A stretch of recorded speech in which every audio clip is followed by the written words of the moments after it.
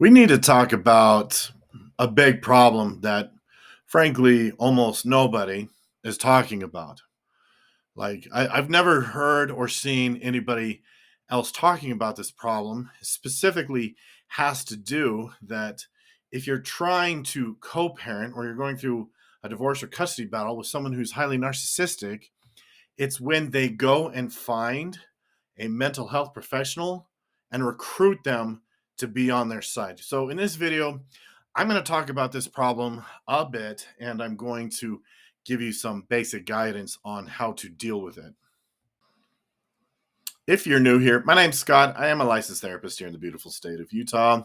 This is Salt City Counseling, and I have a lot of experience when it comes to high conflict divorce and custody situations. I specialize in teenagers, teen development, teen therapy, parents, parenting, family therapy, child and adolescent development, personality disorders, and the like. I'm one of the few that you're going to find that brings all of those factors together. So this is a complex problem, and I've seen this many, many, many times over the years. Okay, so let me paint a scenario. Okay, so your kid is attending therapy. Let's say that this is the scenario. Now, in most cases, by far the vast majority of cases of the people that approach me, it's the moms. It's the moms who are taking the kid to therapy. The dads will report to me that the kid is going to therapy and they just don't feel like the therapist is really helping out, but they've also felt very slighted by that therapist. And in a lot of these cases, when dad has attempted to reach out to these therapists or communicate with them or somehow be involved, they're kind of stonewalled. They're met with a lot of radio silence, minimal responses, and a therapist who is really just unresponsive to them. And here's what's often happening. I've had this happen with me before. So the mom takes the kid to the therapist, okay? And of course, the mom seems really nice and really supportive to the kid.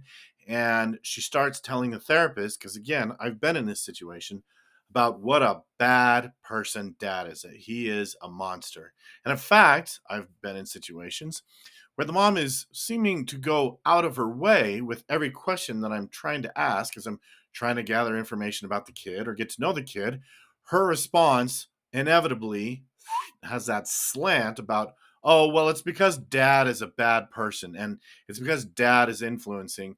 And it seems pretty apparent to me, or it has in the past, that she is making a deliberate and direct attempt to influence me and make me see the dad in a certain light. Now, what I've done is immediately realize I need to talk to the dad. And this is what all therapists should be doing.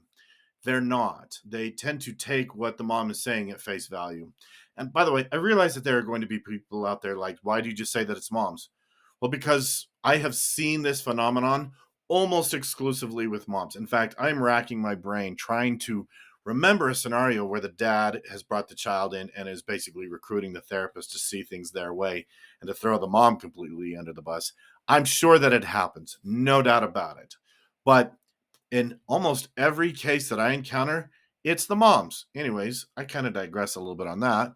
But what's happening is the therapist is taking the mom at face value. The mom might even say, "Oh, dad's a narcissist," and so and so the therapist is thinking, "Oh, I'm gonna be the hero of the day here, and I'm gonna protect this mom and this kid from that evil narcissistic father." And so they end up being recruited.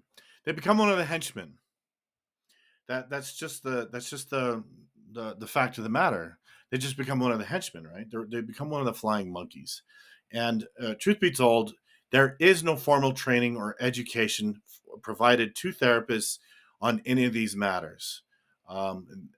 Usually, when they're exposed to it, they are often inexperienced and completely new.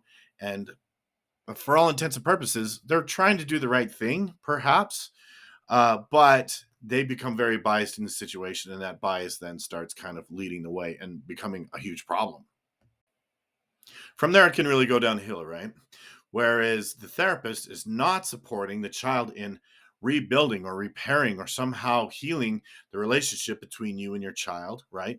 And instead, the therapist is inadvertently enabling the destruction of your relationship, right? Or enabling parental alienation, which is wrong, which they should not be doing. In fact, I think they can and should get into quite a bit of trouble for it. But, right, this is what they're doing. They're actively participating in this harmful and destructive process. And by the way, narcissistic types, high conflict borderline moms, they do this. They do this deliberately. They do this on purpose.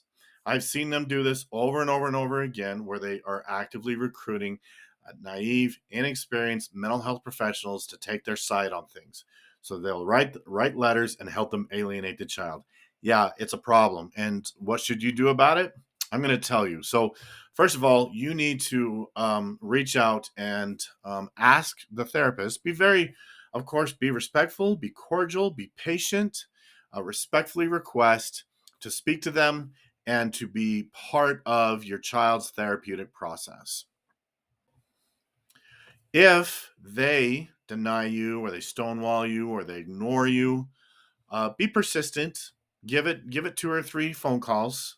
Ask them to call you back. They do get busy, so be persistent, be patient. But if they outright deny you or stonewall you, if they say no, I'm not going to do that. You're not welcome here. You're not, or whatever. They give you some sort of message saying that they are not going to be part of that process. They're not going to include you.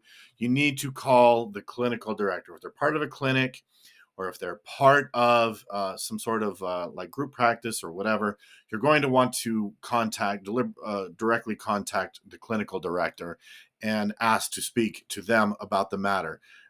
Obviously, politely, cordially tell them, I am the child's father. I have parental rights. I have custodial rights. I am respectfully requesting to be included in the therapeutic process.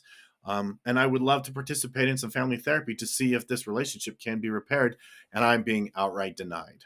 And so you're going to want to approach the clinical director of the clinic and have that conversation with them. Now, yes, it is possible that they will also turn you away. It's possible that they will also stonewall you. After that, you're going to want to go to the department. And here in my state, my home state, it's a Department of Professional and Occupational Licensing. Department of Occupational and Professional Licensing, DOPL, DOPL. It's maybe different in other states. I'm not sure, but you're going to want to issue a formal complaint against both licenses. You're going to want to issue a complaint against the therapist and the clinical director. After that, I personally believe you're starting to try. If they continue to deny you outright, what you want to do is contact them and say, I have custodial rights. And before, I did not sign any document that consented to you seeing my child, but I allowed it anyways. I am officially withdrawing consent for you to see my child. Okay. I am enacting my right as a parent to refuse my child to be seen by this therapist in this clinic. You're going to want to take that step. Okay. Because when you do that, they start to tread on dangerous ground. I would do that part along with calling or filing a complaint against their license. I would do that simultaneously. And if that doesn't kind of throw a wrench in everything, I mean, you might have a malpractice situation on your hands, right? I'm not necessarily saying that you ought to sue them, but maybe you can. And maybe there are much more egregious things that they have done. If they're willing to take it that far, well, they've probably done a whole bunch of other things too. But generally speaking, it should not get to that point. So those are the steps that I recommend my clients take in order to help resolve this issue. So in most cases, the therapist is going to agree to sit down and talk to you. If you have custodial rights and you have parental rights, they're going to agree to sit down and talk to you. How you talk to that therapist and how you communicate with that therapist, I think is going to be very important. So let's say that you have an hour to sit down and talk with them. And instead of maybe going after them or confronting them or whatever, because they're going to look for evidence that you're a narcissist. So instead, what you want to do is ask them really, really critical and crucial questions. And frankly, I'm not going to cover those questions in this video.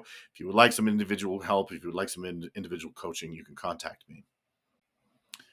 Because frankly, a lot of the questions that you ask them are going to need to be specific to your situation, to your individual situation.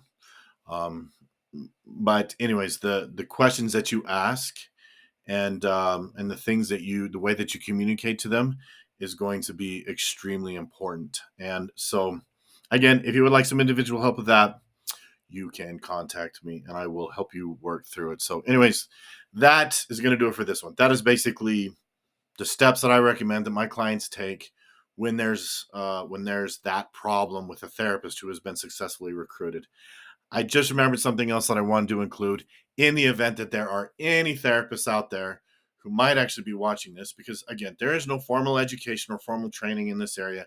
And a lot of therapists are confronted with this situation. It's put in front of them, and they haven't received any insights or explanation or education on how to navigate it. So here is my basic message to any therapist out there.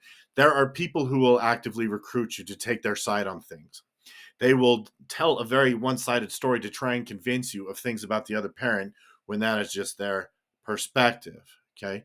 And what you don't want to do is just take that parent's side without taking the time to talk to that other parent and making an assessment for yourself.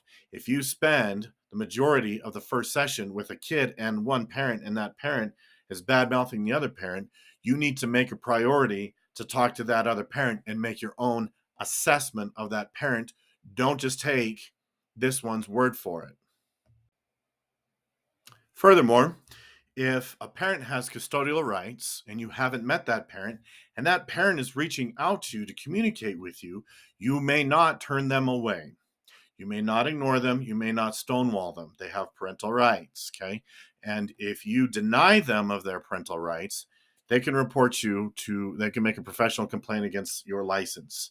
If you are deliberately stonewalling them or ignoring them or denying their access to their child's treatment, or denying them access to some sort of reconciliation or reparation therapy to their relationship, you are out of compliance. You are practicing unethically. They can make a complaint, an ethical complaint against your license. And frankly, they should. And so remember, you can get in a lot of hot water for that. And again, this is my message to other therapists. You can get in trouble for this. Don't do it. And frankly, if you do it, maybe you should get into trouble. Remember this, okay? The parent that you have met and talked to, they don't give a damn about your license. They will be more than happy to recruit you, pull you into unethical practices, and put your license on the line. They don't care about your license. You need to do what you have to do to protect your license. Be loyal to your license before you're loyal to a particular client or patient. Practice ethically. Okay, that is all. Thanks for watching. We'll see you next time. Don't forget to subscribe if you have not already.